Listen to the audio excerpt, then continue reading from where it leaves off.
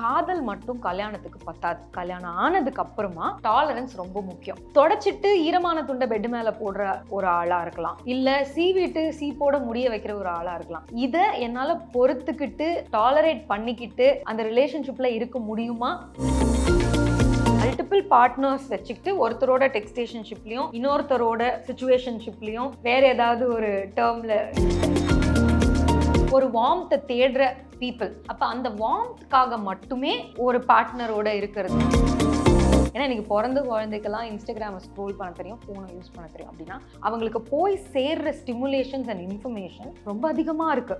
முதல்ல வர பிரச்சனை ஏர்லி பாக்கெட்டிங். அப்படின்னா என்னன்னா ரிலேஷன்ஷிப்பை அக்செப்ட் பண்ணாம இல்லை அதை பற்றின இன்ஃபர்மேஷனையோ ஃபோட்டோஸையோ இல்லை ஃபேமிலிக்கு இன்ட்ரடியூஸ் பண்ணாமல் ஒரு பார்ட்னரை வச்சுருக்காங்க அப்படின்னா எந்த ரிலேஷன்ஷிப்பாக இருந்தாலும் என்னால் அந்த ரிலேஷன்ஷிப் முடியறதை ஏற்றுக்க முடியல, இல்லை அதுக்கப்புறம் என்னோட லைஃப்பில் கான்சென்ட்ரேட் பண்ண முடியலன்னா ரொம்ப முக்கியமாக பார்க்க வேண்டியது, நான் மல்டிபிள் பார்ட்னர்ஸை வச்சுப்பேன். இவங்களோட ஒர்க் அவுட் ஆகலைன்னா அவங்களோட ஒர்க் அவுட் ஆகலைன்னா இன்னொருத்தர். செட் ஆஃப் பீப்புளை மெயின்டைன் பண்ணிக்கிட்டே வர்றது. இப்போ அம்மாவோட நம்ம பழகிறதுல இருக்கிறதும் லவ் தான், ஒரு ரொமான்டிக் பார்ட்னரோட நம்ம பழகிறதுல இருக்கிறதும் லவ் தான், வேற ரோட்ல போற யாரோ ஒருத்தர் ஃப்ரெண்டு, இந்த அன்பை நம்ம வேற வேற மாதிரியா பார்த்துக்கிட்டே வரோமே தவிர இது அப்போ நல்லா இருந்தது இப்போ நல்லா இல்லைன்னு.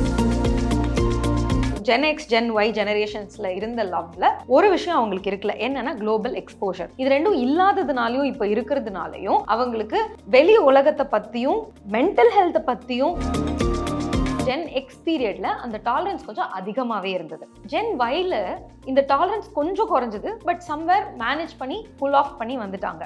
இந்த டாலரன்ஸ் இன்னும் ரொம்ப குறைஞ்சு எங்க போயிடுச்சு அப்படின்னா சுத்தமா எனக்கு டாலரன்ஸே கிடையாது. இந்த கண்டிஷன்ஸ்க்கெல்லாம் ஒரு கிளாஸ்மேட் வெற்றி நடை போடுகிறது. குவி, இந்தியாவின் தலை சிறந்த vernacular edtech brand, skilling everyone everywhere. வணக்கம், என் பேர் தென்றல். நான் ஒரு ப்ராக்டிசிங் சைக்கோ தெரபிஸ்ட். 7 இயர்ஸாக இந்த ப்ராக்டிஸில் இருக்கேன். Hi ma'am. ஹாய், வணக்கம். எப்படி இருக்கீங்க? நல்லா இருக்கேன்.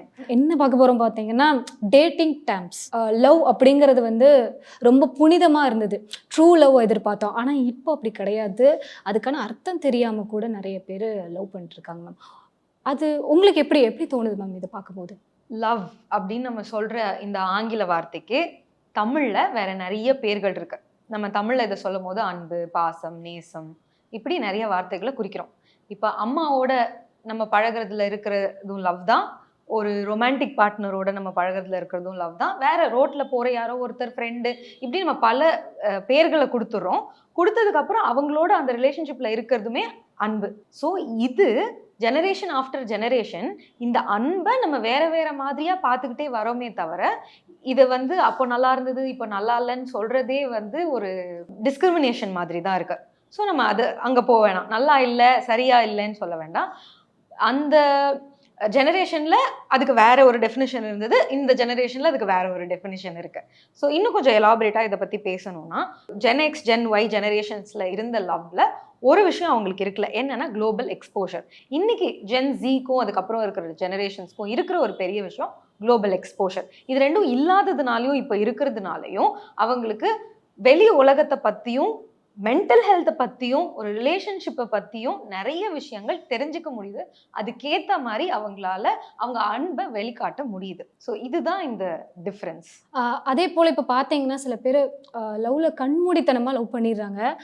அது பர்சனல் லைஃப்லேயும் சரி, ஒர்க் விஷயத்துலேயும் சரி, அது ரொம்பவே அவங்கள டிஸ்ட்ராக்ட் பண்ணி சம்திங் அவங்கள க்ரியேட் பண்ணி ஒரு சுச்சுவேஷனில் உட்கார வச்சிருது. இது உங்களுக்கு பார்க்கும்போது ஓகே, இதனால தான் இது அப்படிங்கிறத நீங்கள் என்ன மாதிரி சொல்கிறீங்க? முக்கியமாக ஒரு எந்த ரிலேஷன்ஷிப்பாக இருந்தாலும் என்னால் அந்த ரிலேஷன்ஷிப் முடியறதை ஏற்றுக்க முடியல, இல்லை அதுக்கப்புறம் என்னோட லைஃப்பில் கான்சென்ட்ரேட் பண்ண முடியலன்னா அங்கே ரொம்ப முக்கியமாக பார்க்க வேண்டியது 2 விஷயம். ஒன்று, பவுண்ட்ரிஸுங்கிறது டெவலப்பே ஆகலை. 2வது விஷயம், என்னோட இமோஷன்ஸை எனக்கு மேனேஜ் பண்ணிக்க தெரியல. இது 2 தான் மேஜர். பவுண்ட்ரிஸ் ரொம்ப நல்ல எக்ஸாம்பிள் கொடுக்கணும்னா இப்போ ரீசெண்டாக லவ்வர் படத்துலேருந்து சொல்லலாம். அதாவது எப்படி ஒரு ரிலேஷன்ஷிப்குள்ள அவங்களுக்கு ஒரு ஸ்பேஸ் இருக்கணும், எனக்கு ஒரு ஸ்பேஸ் இருக்கணும் அப்படிங்கிற கான்செப்ட் தெரியாமல் முன்னாடி போய்கிட்டு இருக்காங்களோ, அதே மாதிரி அது முடிஞ்சதுக்கப்புறம் எனக்கு அடுத்த வாழ்க்கையில் எதுவுமே இல்லை அப்படின்னு நினைக்கக்கூடிய இந்த தாட். ஏன்னா அந்த இமோஷனை எனக்கு ஹேண்டில் பண்ண தெரியாது.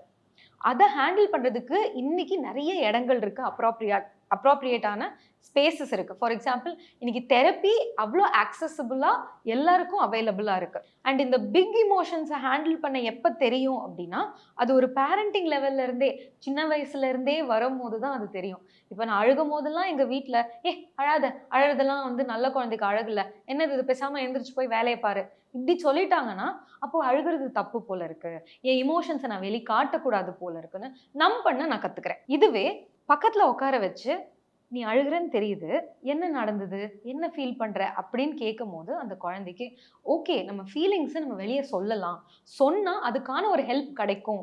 இந்த டிஃப்ரென்ஸ். ஸோ இவங்க தானே வளர்ந்து அடல்ட்ஸ் ஆகுறாங்க, அந்த அடல்ட்ஸ்க்கு இமோஷன்ஸை மேனேஜ் பண்ண தெரியல.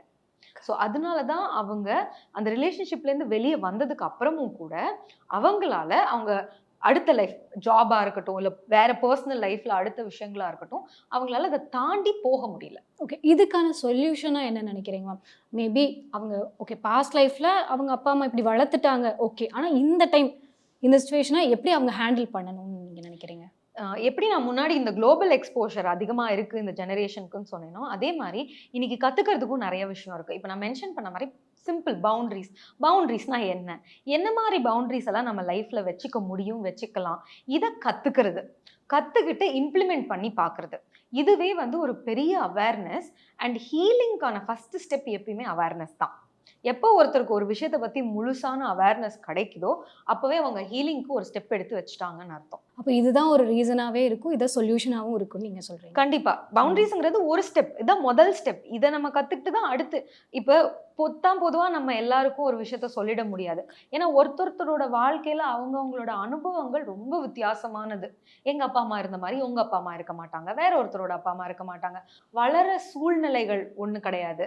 சிட்டியில் வளர்றோமா, கிராமத்தில் வளர்றோமா, ஜாயிண்ட் ஃபேமிலியா, நியூக்ளியர் ஃபேமிலியா, இப்படி நிறைய விஷயம் இருக்கிறதுனால பவுண்ட்ரிஸ் அப்படிங்கிறது நம்ம என்ன மாதிரி சுச்சுவேஷனில் வளர்ந்துருந்தாலும் பழகியிருந்தாலும் கூட அதை நம்ம கற்றுக்கிறதுனாலையும் இம்ப்ளிமெண்ட் பண்ணுறதுனாலையும் நம்மளோட பர்சனல் லைஃப், ஒர்க் லைஃப், மற்ற எல்லா இடத்துலையும் நம்மளை சேஃப்கார்ட் பண்ணிக்க முடியும், நம்மளை ஹார்ம் பண்ணாத ஒரு இடத்துல வச்சுக்க முடியும். ஸோ அதே மாதிரி இப்போ பார்த்தீங்கன்னா ஃபஸ்ட்டு 80s 90s கிட்ஸ்ன்னு சொல்லிட்டு இருப்போம். இப்போ பார்த்தா ஜென் எக்ஸு, ஒய்செட்டு, ஆல்ஃபா இதெல்லாம் போயிடுச்சு.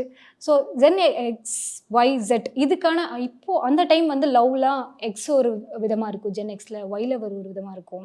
ஏன்னா அது அப்பா அம்மா காலகட்டத்தில், பாட்டி தாத்தா காலகட்டத்திலலாம் ஸோ அது எக்ஸ்ஒய்ன்னு சொல்லுவோம். நம்ம ஜென் XYZ வந்து நம்ம வித்தியாசமாக நம்ம இப்போ இருக்கோம்.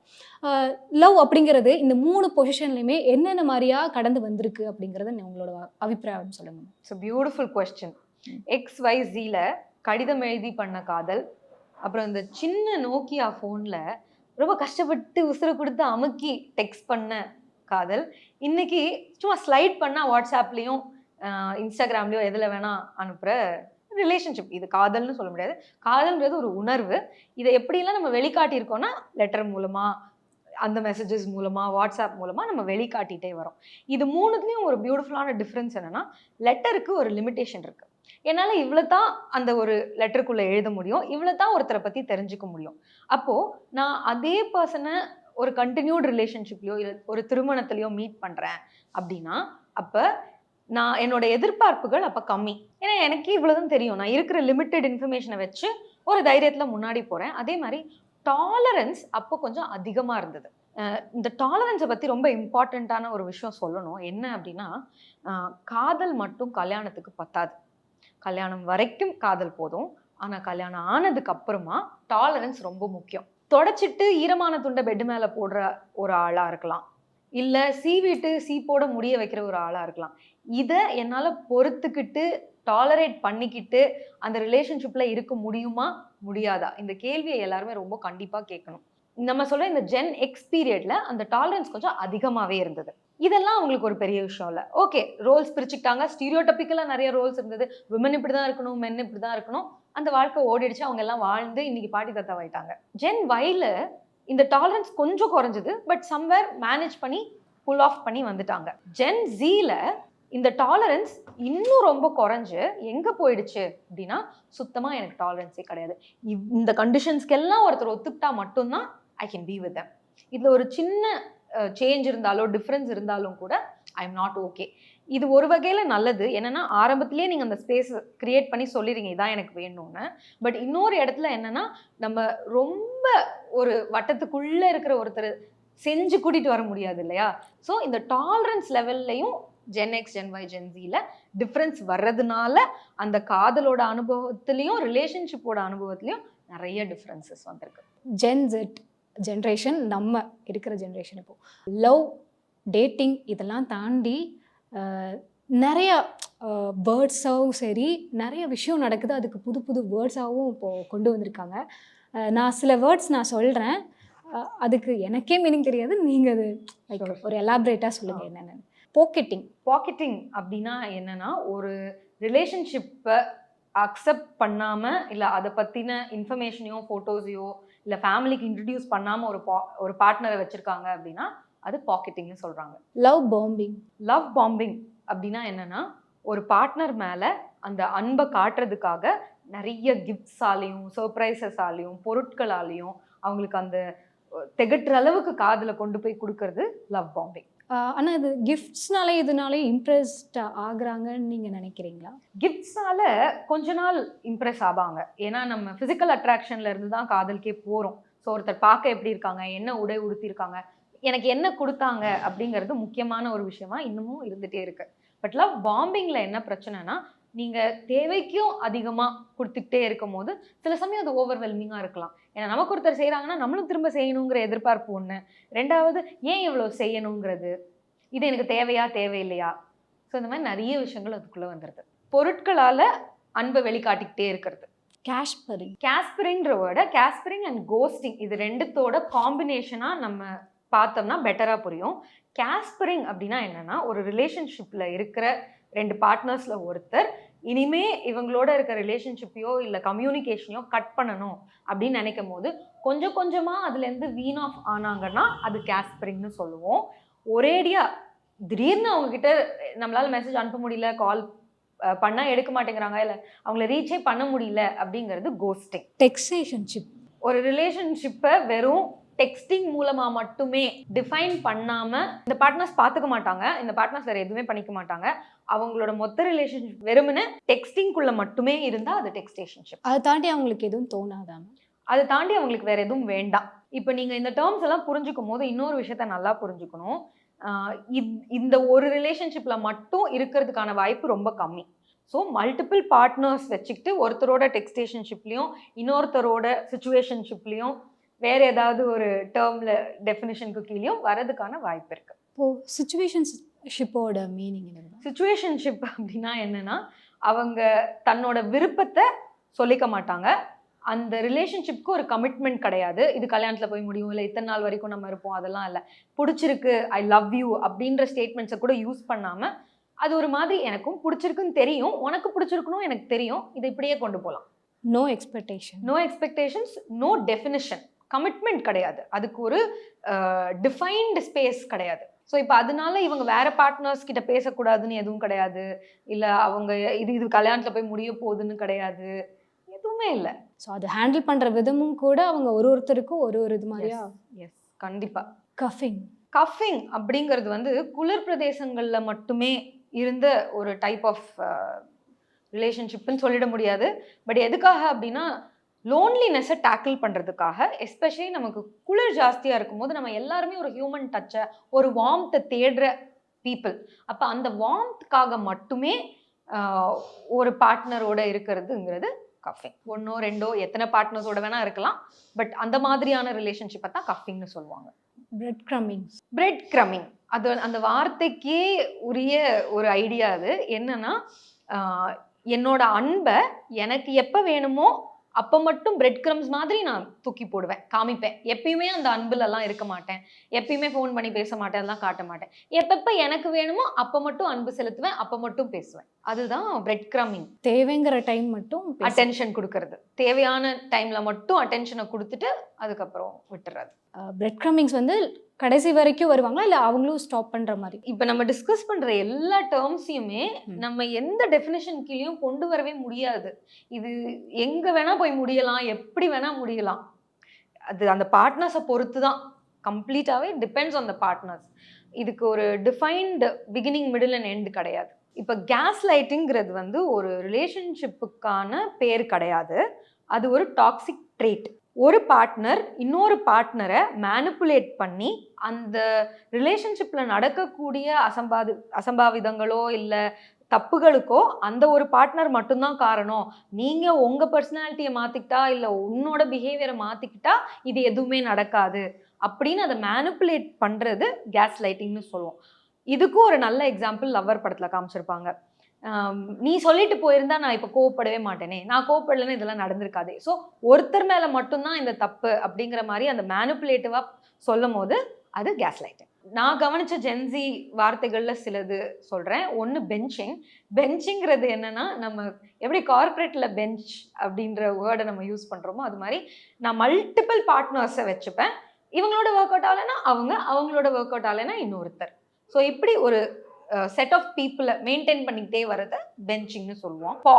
PAW பேரண்ட்ஸ் ஆர் வாட்சிங் அப்படின்னு அர்த்தம். இது வந்து ஒரு டெக்ஸ்டிங் லாங்குவேஜ். ஸோ அவங்க வீட்டில் இருக்கிற போது பேரண்ட்ஸ் எங்கேயாவது பக்கத்தில் இருக்காங்க, அப்போ அந்த ஒரு லவ்வையோ இல்லை வேற வீடியோ கால்ஸில் வர முடியாது இல்லை டெக்ஸ்ட் பண்ண முடியாதுங்கிறத PAW அப்படின்னு அனுப்புவாங்க. ரிஸ் அப்படிங்கிற டேர்ம் என்னன்னா, ஒருத்தர் அவங்களோட ஒரு பர்சனாலிட்டி இல்லை கரிஸ்மா அவங்களோட சாமை வச்சு அடுத்தவங்கள எப்படி அட்ராக்ட் பண்ணுறாங்க, அதில் எவ்வளோ சக்ஸஸ்ஃபுல்லாக இருக்காங்க அப்படிங்கிறது ரிசிங் சம்ஒன் அப் அப்படின்னு சொல்லுவோம். ரிஸ் அப்படின்னு சொல்லலாம். அடுத்த டேர்ம் வந்து கிட்டன் ஃபிஷிங். கிட்டன் ஃபிஷிங்னா என்னன்னா, டேட்டிங் ஆப்ஸை யூஸ் பண்ணி மல்டிபிள் பீப்புளோட பேசுறது. அதுவும் எஸ்பெஷலி அவங்கள பற்றி எதர் அவங்களோட லுக்ஸை பற்றியோ இல்லை பர்சனாலிட்டியை பற்றியோ இல்லை வேற ஏதாவது ஒரு அவங்களோட வாழ்க்கையோட பாகத்தை பற்றி சின்ன சின்ன பொய்கள் சொல்கிறது. இப்போ ஹைட் அதிகம்னு சொல்கிறது, இல்லை கலரை வேறையா சொல்கிறது, இல்லை ஃபோட்டோஸை கொஞ்சம் எடிட் பண்ணி போட்டு அட்ராக்ட் பண்ணுறது, இது எல்லா டேட்டிங் ஆப்ஸில் இதை பண்ணுறத கிட்டன் ஃபிஷிங் அப்படின்னு சொல்லுவோம். என்மெஷ்மெண்ட்டுங்கிறது ஒரு ஜென்சி டேர்ம்னு மட்டும் கிடையாது, அது ஒரு ட்ரெயிட்டாகவும் சொல்லலாம். என்னன்னா, பவுண்ட்ரிஸ் இல்லாமல் ஒரு ரிலேஷன்ஷிப்பில் ரெண்டு பார்ட்னர்ஸ் இருக்காங்க, அவங்க லைஃப் அவ்வளோ இன்டர்ட்வைண்டாக இருக்குது தட் அவங்க ரெண்டு பேருக்குமே ஒரு ஸ்பேஸே இல்லை, தனியாக அவங்களுக்கு ஒரு வாழ்க்கையே இல்லை. ஒரு பார்ட்னரோட ஃப்ரெண்ட்ஸ் தான் இவங்களுக்கும் ஃப்ரெண்ட்ஸ், இவங்க என்னெல்லாம் பண்ணுறாங்களோ அதெல்லாம் அவங்களும் பண்ணுவாங்க. ஸோ இதில் வந்து ரெண்டு பார்ட்னருக்கான ஸ்பேஸ் இல்லாமல் போகும்போது அதை என்மெஷ்மெண்ட் அப்படின்னு சொல்லுவாங்க. டெக்ஸ்டிங் அப்படிங்கிறது வந்து இந்த டெக்ஸ்டில் மட்டுமே சண்டை போட்டுக்கிற பார்ட்னர்ஸ். இவங்க வேற எந்த ஃபிசிக்கல் ஃபார்ம்லேயோ இல்லை நேரில் பார்த்தோ சண்டை போட்டுக்க மாட்டாங்க. பட் இந்த ஃபைட்ஸை வெறும் டெக்ஸ்ட் மூலமாக மட்டுமே கொண்டு போய்கிட்டே இருக்கிறத டெக்ஸ்டிங் அப்படின்னு சொல்லுவாங்க.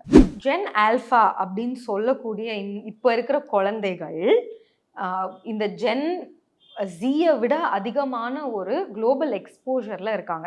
ஏன்னா இன்றைக்கி பிறந்த குழந்தைக்கெல்லாம் இன்ஸ்டாகிராமை ஸ்க்ரோல் பண்ண தெரியும், ஃபோனை யூஸ் பண்ண தெரியும். அப்படின்னா அவங்களுக்கு போய் சேர்ற ஸ்டிமுலேஷன்ஸ் அண்ட் இன்ஃபர்மேஷன் ரொம்ப அதிகமாக இருக்குது, தேவையை விட அதிகமாக இருக்குது. அதனால முதல்ல வர பிரச்சனை ஏர்லி மெச்சூரிங். ஒரு 15 வயசுல ஒரு விஷயத்தை தெரிஞ்சுக்க வேண்டிய குழந்தை அது 5 வயசுல தெரிஞ்சுக்கும். 15 வயசுல இருக்கிற குழந்தை 25 வயசுலையும் 30 வயசுலையும் தெரிஞ்சுக்க வேண்டிய விஷயத்த தெரிஞ்சுக்கும். அப்போ ஏர்லி மெச்சூரேஷன் இவங்க எல்லார்ட்டையும் இருக்கும். இந்த ஏர்லி மெச்சூரேஷனில் வர ஒரு பெரிய பிரச்சனை என்னன்னா, எனக்கு இந்த இன்ஃபர்மேஷன் தெரிஞ்சிருச்சு, ஆனால் அதை ப்ராசஸ் பண்ணுற அளவுக்கு எனக்கு எக்ஸ்பீரியன்ஸும் கிடையாது, எக்ஸ்போஜரும் கிடையாது. அப்போ நான் இந்த இன்ஃபர்மேஷன்லாம் எடுத்து வச்சுக்கிட்டேன், ஓவர் ஸ்டிமுலேட்டடாகவே இருக்கேன், and I don't know how to deal with it. இந்த டீலிங்கில் வர ப்ராப்ளமாலேயே அதனால இன்னைக்கு இப்போ நம்ம ரீசெண்ட் டைம்ஸில் பார்க்குற யங்கர் ஜெனரேஷன்ஸுமே lot of them have anxiety issues. இது ரொம்ப காமனாக இருக்குது. இதுக்கு நான் ஒரு சின்ன எக்ஸாம்பிள் சொல்கிறேன். இந்த gen X and Y news பேப்பரில் மட்டும்தான் படித்தாங்க, இல்லை டிவியில் வர அந்த 1 மணி நேரம் நியூஸில் மட்டுமே தெரிஞ்சுக்கிட்டு இருந்தாங்க. அப்போ ஒரு limited exposure to worldly things இருந்தது. இப்போ உலகத்தில் எங்கேயோ ஒரு வார் நடக்குது, இல்லை உலகத்தில் வேற ஏதோ ஒரு அசம்பாவிதமான சம்பவம் நடக்குது அப்படின்னா அது அந்த 1 மணி நேரம் பீரியடில் பார்த்துட்டு அதை ப்ராசஸ் பண்ணுறதுக்கு எனக்கு நிறைய டைம் இருக்குது. பட் இப்போது நிமிஷத்துக்கு நிமிஷம் அப்டேட் ஆப்ஸ்லேயும் ஃபோன்ஸ்லேயும் நமக்கு நியூஸ் வந்து சேரும் போது உடனே அங்கே அது அப்படி நடக்குது, அப்போ நான் அதை எப்படி ப்ராசஸ் பண்ணணும்? உக்ரைன் போரே ப்ராசஸே பண்ண முடியாமல் நம்ம ரொம்ப நாள் இருந்தோம். என்னால் போய் நிறுத்த முடியுமோ? முடியாது. அதுக்காக என்னால் ஏதாவது பண்ண முடியுமானா மேபி வெரி லிட்டில். பட் இது எனக்குள்ளே உட்காரல, இது ஒரு பிக் இமோஷனாக இருக்குது, பயத்தை உண்டாக்குது. நாளைக்கு அதே போர் என் வாசலுக்கு வந்ததுன்னா நான் என்ன பண்ணுவேன்? ஸோ கான்ஸ்டண்ட்டாக ஒரு விஜிலாண்டே ஸ்டேட்லேயும் கான்ஸ்டண்ட்டாக ஒரு ஆங்ஸைட்டிலையுமே இருக்கிற ஜெனரேஷனாக நம்ம மாறிக்கிட்டே வந்துக்கிட்டு இருக்கோம். ஸோ இதுதான் இந்த எக்ஸ்போஜர்னால நடக்கிற நாட் ஓகே திங்ஸ்னு வச்சுக்கலாம். ஆப்வியஸ்லி அது அவங்களுக்கு நிறைய இன்டெலெக்சுவல் டெவலப்மெண்ட்டை கொடுத்துட்டே இருந்தாலும் இதெல்லாம் is how their getting affected. அவங்களோட பேரண்டிங்கும் எப்படி இருக்கலாம் அப்படின்னு நினைக்கிறேன். பேரண்டிங் ஆஃப் ஜென் ஆல்ஃபா எப்படி இருக்குன்னு நான் முதல்ல சொல்லிடுறேன். இப்போ அது எப்படி இருக்குன்னா, எனக்கு எதுக்குமே டைம் இல்லை, பசங்க வளர்ந்துருவாங்க, ஒன்றும் பிரச்சனை இல்லை, பாடி தாத்தாவோ ஒரு நானியோ இல்லை ஒரு ஃபோனையோ கொடுத்துட்டா தட்ஸ் எனஃப் அப்படின்னு நினைக்கிற ஒரு ஜெனரேஷனில் இருக்கிறதுனால தான் இந்த ஏர்லி மெச்சோரிங்கும் ஓவர் ஸ்டிமுலேட்டட் இன்ஃபர்மேஷனும் அவங்கள போய் சேருது. அப்போ இதை எப்படி மாற்றிக்கணும்னா, குழந்தைங்களுக்கு தேவை ஹியூமன் டச், ஹியூமன் இன்டராக்ஷன்ஸ். எவ்வளோக்கு எவ்வளோ வார்த்தைகளை சொல்லி பேசுகிறோமோ அவ்வளோ சீக்கிரம் அந்த குழந்தை பேசுங்கிறது உலக நியதி, நம்ம பார்த்துக்கிட்டே வர ஒரு விஷயம். ஃபோனை பார்த்துட்டே இருக்கிறதுனால குழந்தை பேசாது. அப்போ எவ்வளோக்கு எவ்வளோ பேரண்ட்ஸால் குழந்தைங்களோட டைம், வேல்யூபிள் டைம் ஸ்பெண்ட் பண்ண முடியும் அப்படிங்கிறத பார்த்துக்கணும். இப்போ வேல்யூபிள் டைம்ங்கிறது அப்பா ஹாலில் உட்காந்து டிவி பார்த்துக்கிட்டே குழந்தைய மடியில் வச்சுக்கிறது இல்லை, நான் ஒரு ஓரமாக உட்காந்து ஃபோனை பார்த்துக்கிட்டே குழந்தைய அங்கே விடுறது கிடையாது. அந்த குழந்தையோட ஸ்பெண்ட் பண்ணுற குவாலிட்டி டைம். ஸோ டைம் இங்கே ரொம்ப அவசியம். இதை நான் சொல்லும் போதே எனக்கு உடனே தோணுது, 2 ஒர்க்கிங் பேரண்ட்ஸ் இருக்கிற வீட்டில் நீங்கள் என்னங்க டைம்லாம் சொல்கிறீங்க அப்படின்னு கேட்கலாம். ஸோ நான் ஒரேடியாக எல்லா டைமையும் அவங்களுக்கு கொடுங்கன்னு சொல்லலாம். ஆனால் எந்த அளவுக்கு உங்களால் கொடுக்க முடியுமோ அவ்வளோ நேரத்தை அந்த குழந்தைக்காக ஒதுக்கி கொடுக்கறது அவங்களுக்கு வளர்ச்சியில் ரொம்ப உதவியாக இருக்கும். சரி, அப்பா அம்மாவால் டைம் கொடுக்க முடியல, இதுதான் சுச்சுவேஷன், அடுத்து என்ன? உடனே அவங்கள போய் ஒரு 10,000 கிளாஸில் சேர்த்து நீ இதுக்கு போ, அதுக்கு போ, இதுக்கெல்லாம் போ, எல்லா டைம்லையும் நீ ஏதாவது ஒன்று பண்ணிக்கிட்டே இருக்கணும். அதுவும் தான் ஓவர் ஸ்டிமுலேஷன். டூயிங்லேயே இருக்கிறாங்க இந்த குழந்தைங்க, எதையோ நோக்கி ஓடிக்கிட்டே இருக்காங்க. உட்காந்து அமைதியாக ஒரு ஜன்னல் வழியாக வெளியே பார்த்து ஏதோ ஒரு விஷயத்த இமேஜின் பண்ணிக்கிற, ஏதோ கற்பனை உலகத்தில் வாழ்கிற குழந்தைக்கு க்ரியேட்டிவிட்டி இருக்கும், ரெஸ்ட்னா என்னன்னு தெரியும், ஸ்லோயிங் டவுன்னா என்னன்னு தெரியும், தானாக யோசிக்கிறதுக்கான நிறைய கெப்பாசிட்டி வளரும். குழந்தை எல்லாத்தையும் எக்ஸ்ப்ளோர் பண்ணணும். இப்போ ஒரு குழந்தைகிட்ட ஒரு சேரை கொடுத்தீங்க அப்படின்னா அது வந்து முதல்ல அந்த சேரை தள்ளி பார்க்கும், அப்புறம் அது கீழே போய் பார்க்கும், சைடில் இருந்து பார்க்கும், அது மேலே ஏறி உக்காந்து பார்க்கும், குதிச்சு பார்க்கும். அப்படின்னா என்ன அப்படின்னா அதை எக்ஸ்ப்ளோர் பண்ணுது. இதுக்கு என்னெல்லாம் பாசிபிலிட்டி இருக்குது அப்படின்னு உடனே நம்ம சேரை பிடுங்கி ஓரமாக வச்சுட்டு இதெல்லாம் பண்ணக்கூடாது, போய் அமைதியாக உட்காருனா அந்த குழந்தைய நீ எக்ஸ்ப்ளோர் பண்ணாத, அவ்வளோதான், உனக்கு கொடுக்குற இன்ஃபர்மேஷன் தான் உனக்கு அப்படின்னு க்ரியேட்டிவிட்டியை நம்ம ஸ்டண்ட் பண்ணுறோம், அந்த எக்ஸ்ப்ளோரேஷனை ஸ்டண்ட் பண்ணுறோம். Spending quality time with children, அவங்களுக்கான எக்ஸ்ப்ளோரேஷனுக்கான ஸ்பேஸ் கொடுக்கறது. 3வது ரெஸ்ட் அண்ட் இமேஜினேஷன். ஒரு குழந்தைய இமேஜின் பண்ண விடணும் ஒரு ஓரமாக. சில சமயம் அந்த குழந்தை எதுவுமே பண்ணாமல் ஒரு மூலையில் உட்காந்து எதையோ யோசிச்சுக்கிட்டு தான் இருக்கணும், அதுதான் சரி. கிளாஸஸ்க்கு போடலாம், அந்த குழந்தைக்கு பிடிச்சிருக்கிற கிளாஸஸ்லையும் அந்த வயசுக்கு எவ்வளோ ஸ்டிமுலேஷன் அவங்களால எடுத்துக்க முடியுமோ அவ்வளோ ஸ்டிமுலேஷனை கொடுத்தா ஜென் ஆல்ஃபா ஒரு ஹெல்தியான ஹீல்டு ஜெனரேஷனாக வர்றதுக்கு வாய்ப்பு நிறையா இருக்குது. Thank you so much ma'am. டேர்ம்ஸை விட நிறையா எப்படி டாக்ஸிக்காக இருக்காங்க, இந்த ஜென்ரேஷன் இருக்கக்கூடாது அப்படிங்கிறதையும் நீங்கள் சொல்லிட்டீங்க. அதே மாதிரியா ஒரு வேர்ட்ஸ்க்கான ஒரு எலாபரேஷன் இப்போ நடக்கிற ஜென்ரேஷன் ரிலேட்டடாகவும் நீங்கள் சொல்லிட்டீங்க. Thank you so much. Thank you. Classmate வெற்றி நடை போடுகிறது. GUI, இந்தியாவின் தலை சிறந்த vernacular edtech brand, skilling everyone everywhere.